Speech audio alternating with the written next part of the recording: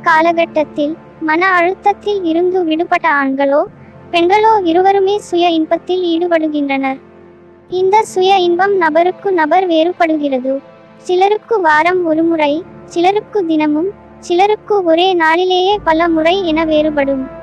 ஒரு சிலர் தனது செக்ஸ் ஆசையை தீர்த்து கொள்ளவும், வேறு சிலர் பல காரணங்களுக்காகவும் கூட சுய இன்ப பழக்கத்திற்கு அடிமையாகி விடுகிறார்கள். சுய இன்பம் செய்வதால் மனச்சோர்வு குறைகிறது. இதன் காரணமாகவே பெரும்பாலான ஆண்கள் சுய இன்பம் தவறாமல் செய்கிறார்கள். சுய இன்பம் ஆண்களின் நோய் எதிர்ப்பு சக்தியை அதிகரிக்க உதவுவதாகவும் குளிருக்கு இதமாக இருப்பதாகவும் கூறி வருகின்றனர். சுய இன்பம் மூலமாக ஆண்களும் சரி பெண்களும் சரி அவர்களின் இதயத்திற்கு பல்வேறு நன்மைகளை அவர்களை அறியாமலேயே தேடிக் கொடுக்கின்றனர்.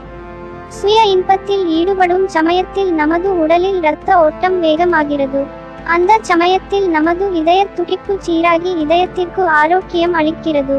அதாவது சுய இன்பம் அனுபவிப்பது என்பது ஒரு உடற்பயிற்சியைப் போல நமது உடலுக்கு உதவுகிறது. பல ஆண்கள் நல்ல தூக்கத்திற்காக சுய இன்பம் செய்கிறார்கள். சுய இன்பத்தில் ஈடுபடுவதன் மூலம் நம் ஆழ்ந்த உறக்கத்தை பெற முடியும் என்பது பலரின் கருத்தாகும். இருப்பினும் அதிகப்படியான கைப்பழக்கம் ஒரு சில விளைவுகளையும் ஏற்படுத்துகிறது. சுய இன்பமும் மற்ற எல்லா வகையான போதைப் பொருட்களையும் போலவே இது உற்பத்தித்திறன் குறைவதற்கும் உறவுகளுக்கு ஈடு செய்ய முடியாத சேதத்திற்கும் வழிவகுக்கும்.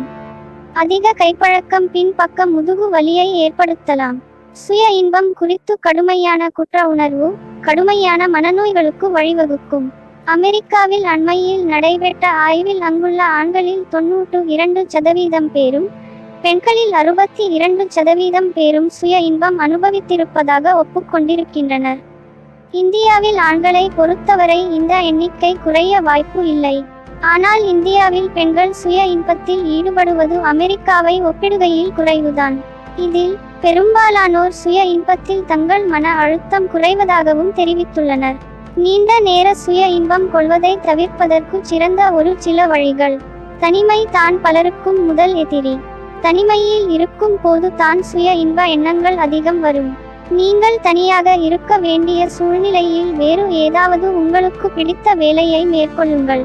மேலும் பல இயற்கையான முறைகள் மூலம் இதற்கு தீர்வு காணலாம். யோகா, தியானம், மூச்சு பயிற்சி, மசாஜ் போன்றவை நல்ல பலன் தரும். மேலும் இவை உங்கள் மனத்தையும் உடலையும் புத்துணர்ச்சியுடன் வைக்கும். எனவே மேற்சொன்ன வழிமுறைகளை பின்பற்றி அளவுக்கு மீறினால் அமிர்தமும் நஞ்சு என்ற வாக்கியத்திற்கு இணங்க எதையும் அளவோடு செய்து மகிழ்வோடு வாழ கற்றுக்கொள்ளுங்கள். நன்றி.